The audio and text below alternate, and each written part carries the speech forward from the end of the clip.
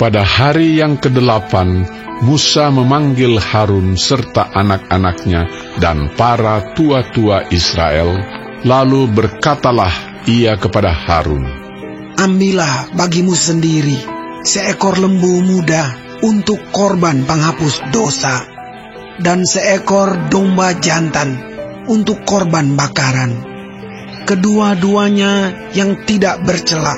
Kemudian persembahkanlah itu di hadapan Tuhan." Selamat bertemu Bapak Ibu, saudara-saudari sekalian.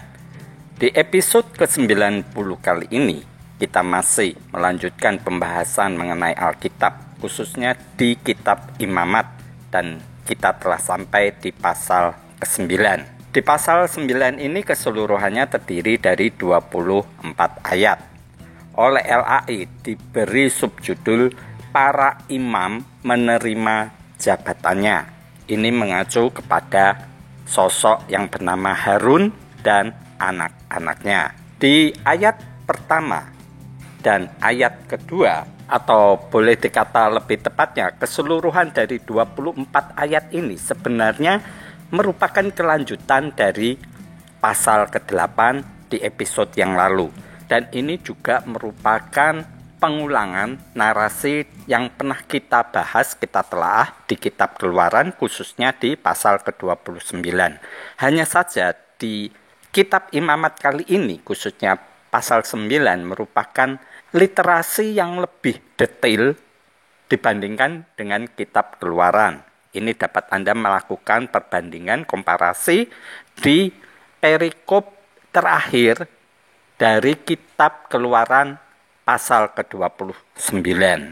Karena ini merupakan masih kelanjutan cerita dari pentahbisan Harun dan anak-anaknya sebagai imam. Dan ini merupakan rinciannya. Di ayat ke-1 dan kedua ini, ada perintah yang diberikan Tuhan kepada Musa. Dan dia melanjutkan hal itu kepada Harun sebagai imam yang telah diurapi di pasal ke-8 kemarin. Diperintahkan di sini Harun harus menyediakan seekor lembu muda sebagai korban penghapus dosa, kemudian domba jantan untuk korban bakaran. Ini harus dipersembahkan di hadapan Tuhan. Kita lanjutkan di ayat berikutnya, di ayat ketiga.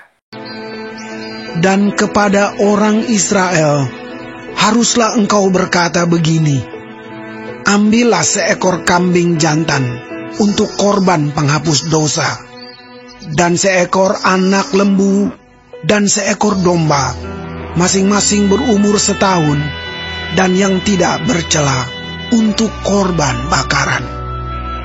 Dan lagi seekor lembu, dan seekor domba jantan, untuk korban keselamatan, supaya dikorbankan di hadapan Tuhan, dan korban sajian yang diolah dengan minyak, karena pada hari ini Tuhan akan menampakkan diri kepadamu." Di ayat ketiga dan keempat ini, Harun diperintahkan untuk mengatakan dan meminta kepada orang Israel, masing-masing dari mereka harus memberikan seekor kambing jantan untuk korban penghapus dosa, dan seekor anak lembu dan seekor domba yang umurnya setahun untuk korban bakaran. Kemudian masih ada lagi seekor lembu dan seekor domba jantan untuk korban keselamatan. Jadi tiap orang Israel ini harus memberikan 5 ekor hewan. Ya, ini suatu hal yang memang mengherankan. Kembali lagi, merupakan pertanyaan yang tidak bisa dijawab oleh siapapun. Karena mereka ini ada di gurun pasir, ternaknya sudah habis, sudah tidak punya daging, dan selama ini makan disokong oleh Tuhannya berupa mana. Sekarang ada perintah untuk memberikan korban-korban yang jenisnya banyak. Baik penghapus dosa, korban bakaran, korban keselamatan, ada nanti korban sesajian, wah segala macam. Ini Tuhannya begitu, ya kalau saya katakan begitu serakah dan begitu rakusnya untuk mendapatkan segala macam sesajian ini.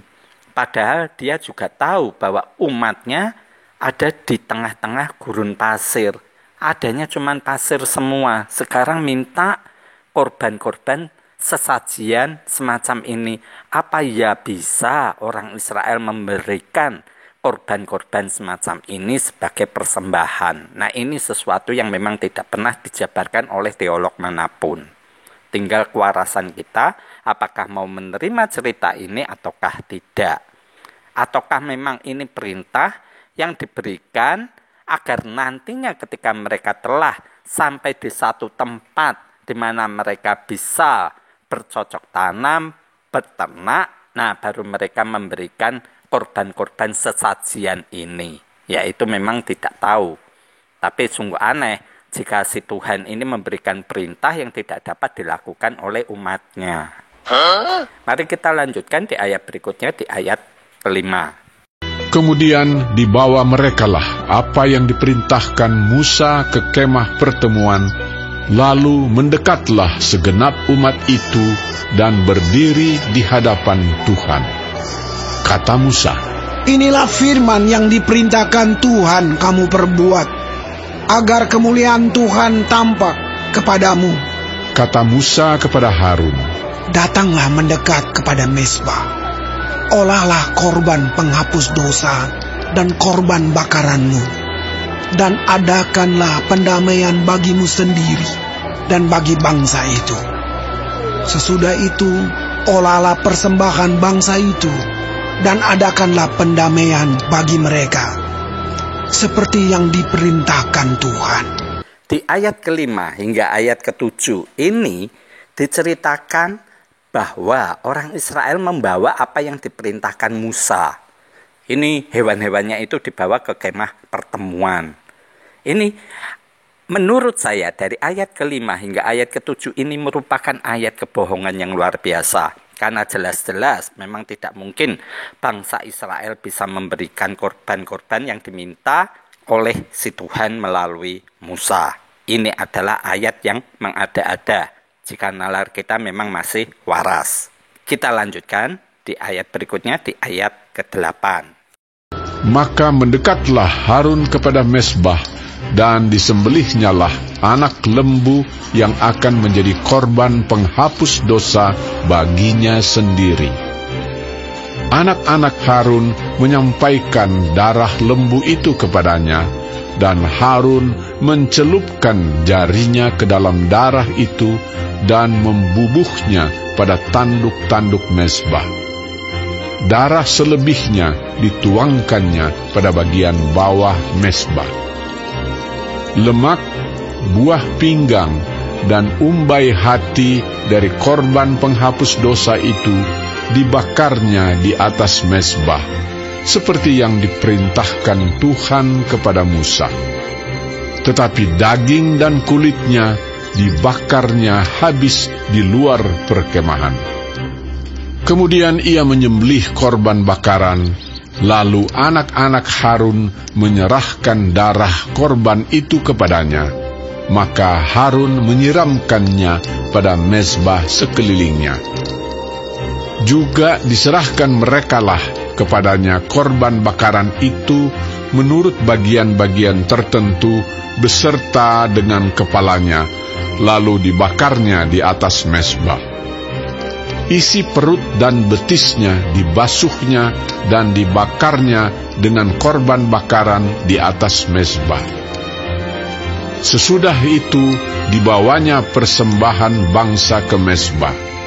Diambilnyalah kambing jantan yang akan menjadi korban penghapus dosa yang bagi bangsa itu, lalu disembelihnya dan dipersembahkannya sebagai korban penghapus dosa seperti yang pertama.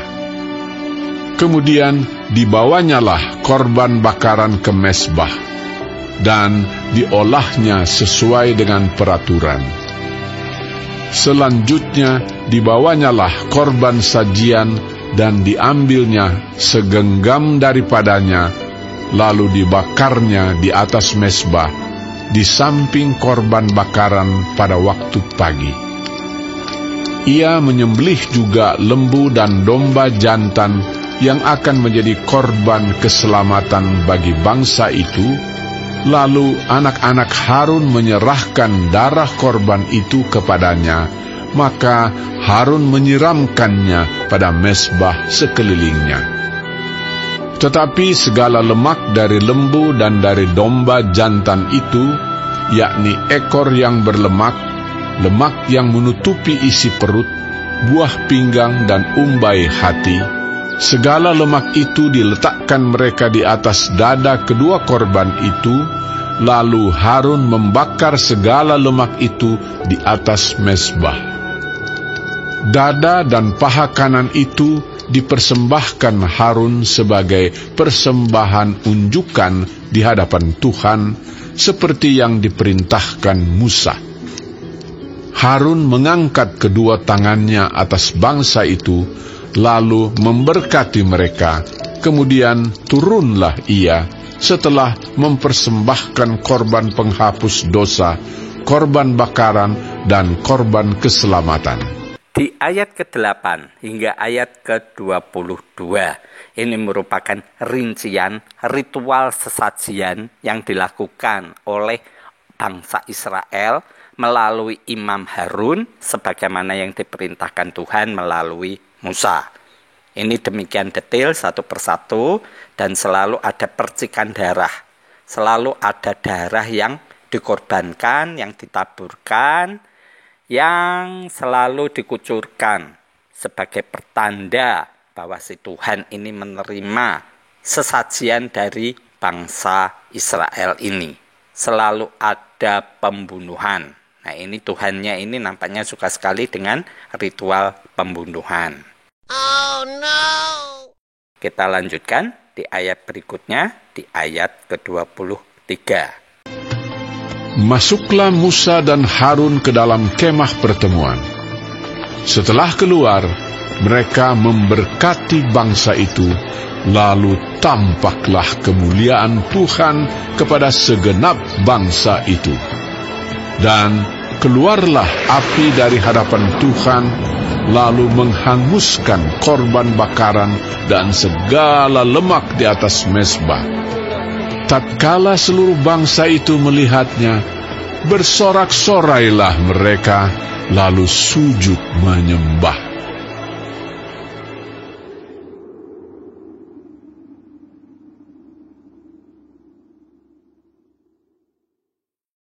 Di ayat ke-23 dan ayat ke-24 yang merupakan ayat-ayat terakhir dari pasal ke-9 ini, kita diberi pertunjukan mengenai satu fenomena yang ajaib. Diceritakan bahwa ketika Musa dan Harun masuk ke kemah pertemuan dan mereka kemudian keluar, tampaklah kemuliaan Tuhan kepada segenap bangsa itu. Bagaimana bentuk kemuliaan Tuhan? Ini juga tidak pernah dijabarkan. Ini hanyalah fenomena ajaib yang terjadi pada waktu dulu. Ya, kita tinggal berfantasi sesuai dengan pemikiran kita masing-masing. Kalau dikatakan nanti ada cahaya yang luar biasa yang keluar dari kemah pertemuan, ya mungkin itu pada zaman dahulu. Jika malam hari Anda mempunyai lampu, pasti itu sesuatu yang disebut kemuliaan.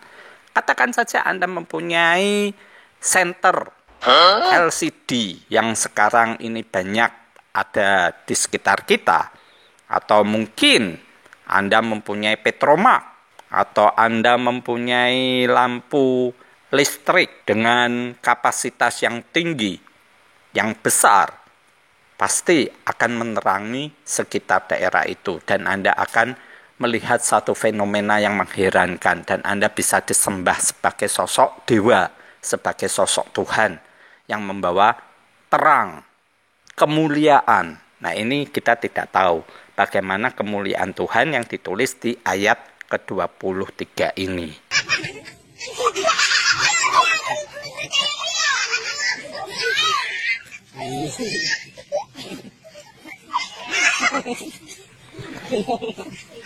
Dan di ayat ke-24 diceritakan, keluarlah api dari hadapan Tuhan.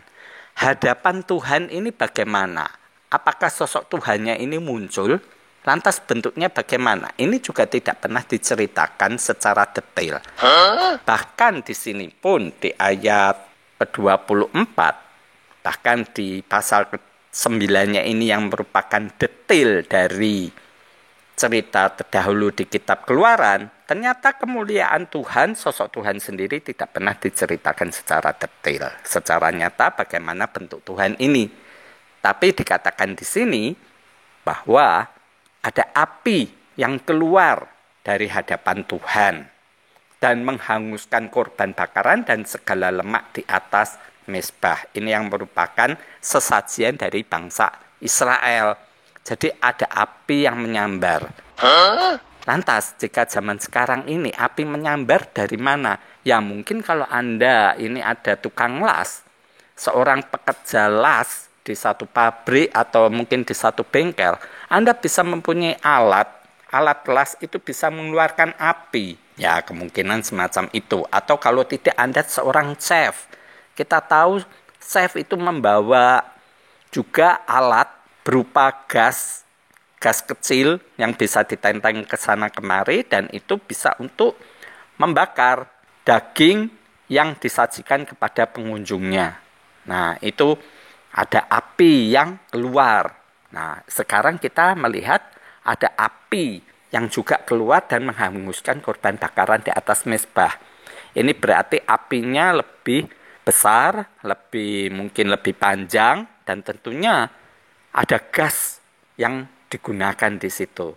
Nah, ini akan merupakan satu pemikiran yang berbeda lagi konteksnya dan cara menafsirkan dari cerita ini dibandingkan dengan para teolog-teolog yang ada. Jadi, jika kita mengacu dari cara berpikir para teolog-teolog Nasrani yang ada, mereka juga tidak dapat memberikan cerita secara detail. Kita hanya diwajibkan untuk percaya saja. Cerita semacam ini telan mentah. Anda doyan tidak doyan, ibaratnya ada makanan di depan Anda, ya Anda makan dan Anda telan. Tidak perlu dikunyah lagi. Entah bagaimana nanti kejadiannya di perut Anda, ya tergantung. Ini kembali lagi, para teolog akan mengatakan, ya tergantung dari imanmu. Jika imanmu itu benar, maka engkau akan selamat. Jika tidak benar, ya engkau akan mengalami celaka. Ya kembali lagi kepada diri kita masing-masing. Tetapi di sini, sebagai host di channel Sang Penghujat, saya memberikan pemikiran yang berbeda dengan Anda. Jika kita mengacu dari apa yang dikatakan para teolog itu, jelas ini bukan sesuatu yang nyata. Lantas, bagaimana cara kita menanggapi semacam ini? Ya anggap aja ini hanya cerita dongeng semata. Tetapi apakah ini satu cerita abal-abal atau hanyalah kebohongan? Saya katakan tidak. Tetapi cara saya memberikan penafsiran tentu saja berbeda dengan para teolog. Lantas, bedanya di mana? Ikuti terus channel Sang Penghujat, karena pada waktunya nanti saya akan menunjukkan kepada Anda hal-hal yang memang nyata yang telah terjadi pada zaman dahulu kala. Hanya saja persepsi, cara pandang kita ini yang berbeda menghasilkan narasi pemikiran yang berbeda juga, dan ketika diuji lebih lanjut ternyata apa yang menjadi persepsi kita itu keliru. Nah, inilah celakanya karena kekeliruan itu turun-temurun dari dahulu ketika para teolog-teolog zaman dahulu memberikan penafsiran yang salah. 아, 진짜. 아, 빨리 확인해봐야지. 답답해 미치겠네. 진짜. Demikian Bapak Ibu, Saudara sekalian, ke-24 ayat dari pasal 9 telah kita bahas, dan kita juga masih melihat bahwa ini hanyalah pengulangan dari cerita di kitab Keluaran, khususnya mengenai pentahbisan Harun sebagai imam, dan ini merupakan kelanjutannya. Kita juga tahu bahwa selama 7 hari 7 malam, ketika pentahbisan Harun, maka harus ada daging yang tiap hari dikorbankan. Ini juga telah kita bahas di kitab Keluaran terdahulu. Dan selalu meninggalkan pertanyaan yang tidak bisa dijawab. Bagaimana Harun bisa menyediakan daging yang begitu banyak, sementara dia sendiri tidak punya ternak. Nah, ini merupakan satu hal yang menurut saya kebohongan. Saya mengucapkan banyak terima kasih untuk segenap perhatian yang telah Anda berikan di channel Sang Penghujat ini, dan besar harapan saya kita dapat bertemu kembali di episode-episode mendatang, dan apa yang telah saya sampaikan kepada Anda semua ini dapat berguna dan dapat meningkatkan kewarasan Anda di dalam berpikir dan menelaah dari apa yang ada di Alkitab kita ini dibandingkan dengan apa yang dikhotbahkan oleh teolog-teolog Anda. Sekali lagi saya mengucapkan banyak terima kasih, dan kita bertemu kembali di episode mendatang. Shalom.